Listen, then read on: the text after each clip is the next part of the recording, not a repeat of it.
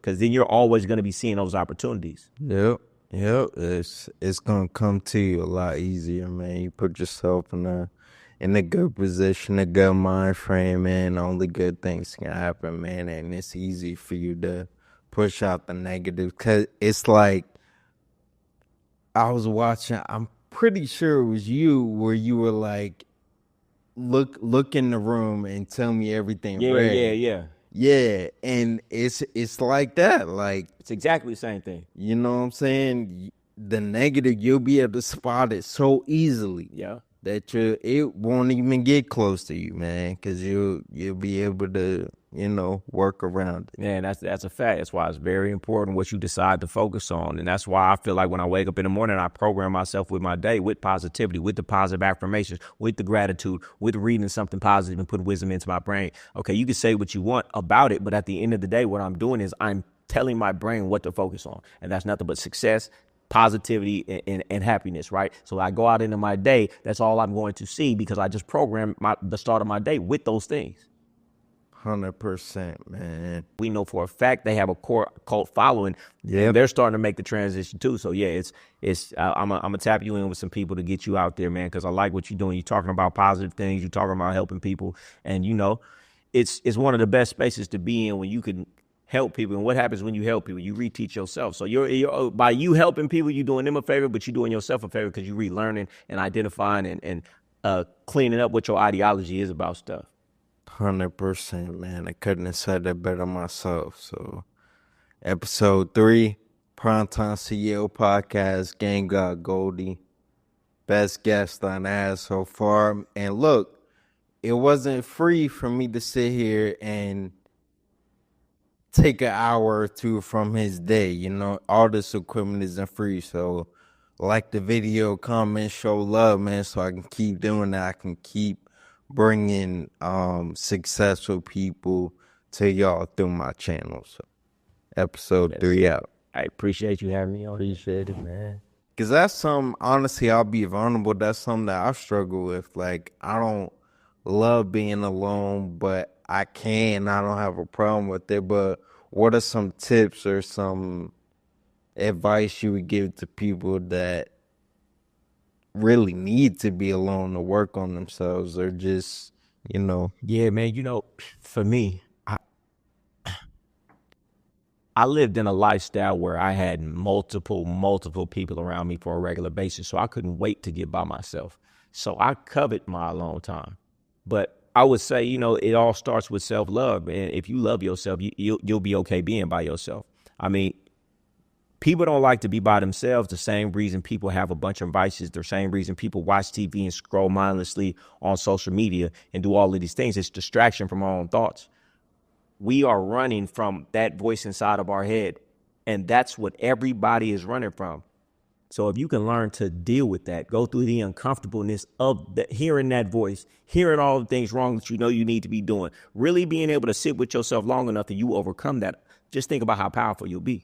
Because most people can't. That's why people drink, why people smoke, why people are in relationship with not only women and men that they don't really like, but and have friends that they know aren't good for them, because they are so weak internally. They do not want to sit by themselves and have to hear that voice in their head. So if you can be the top, probably less than 1% who can do that, who can overcome that, how powerful will you be in the world? And let me tell you something else, because I am one of those people.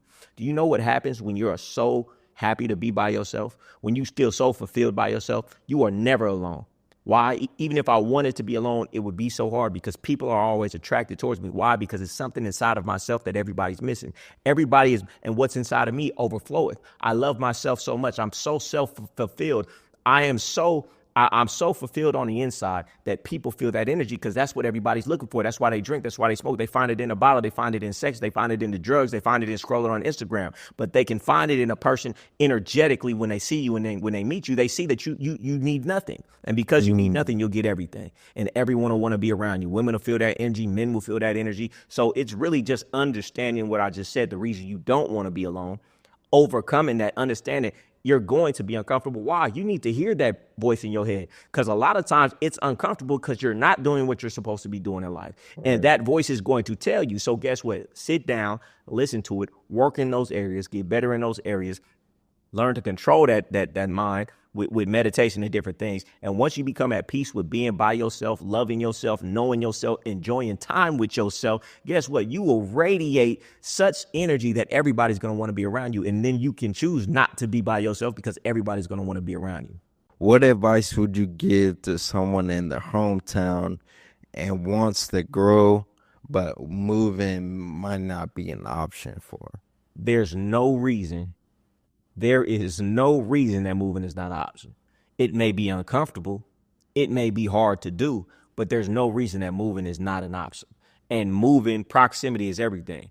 If you want to predict somebody's life, you can look at their zip code. That's what insurance companies do. By when you're going to die, what habits you might have, what your health might be, by zip code, because proximity is way more powerful than anything else. You have to be damn near a genius to be able to be in a poor environment and make it out, or be in an environment and supersede what's going on there. And most people are not that strong, right? That's why, they got neighborhood heroes, because there's the one that got out. Why? Because that was the anomaly. You think you're going to be an anomaly? Well, all right, you're playing lottery with your life. And what if you don't?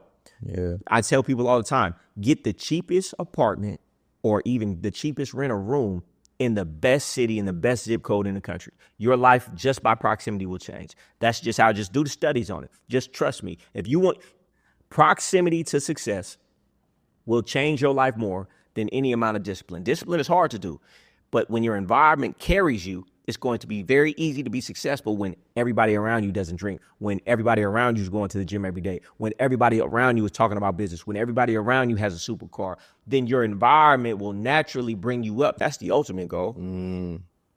Preach, man, preach. Speaking of like saving and stuff like that and money, how do you feel about saving? Like, And I have a real controversial perspective on saving. This is how I feel. I'm really not going to save until I get to a certain point. Everything up until a certain point, I just invested back into myself. Now, once I got to a certain point, then I started to save. But I feel like most people are saving such insignificant amounts that you might as well just put that money back into yourself and build yourself and your capability to make more money. 5,000, 10,000, 15,000. If you save it, so what? What can you, let's say you double it. Let's say you put it in the stock market and double it, which you won't. You got $30,000. What are you going to do with that? Nothing life changing. But $1,000, $2,000 on the right event, the right mentor, the right books could change everything for you. So I'm an avid person on, I'm going to invest in myself first before I save, because you can never lose. You can never lose a self-investment. Yeah. I mean, the knowledge that I've gained through books and mentors and experiences and networking, like you can't even put a price on it. There's not an amount of money that I would give you for that information back. Yeah, man. That, to give you a little personal story, that same friend I was asking you about, the girl about,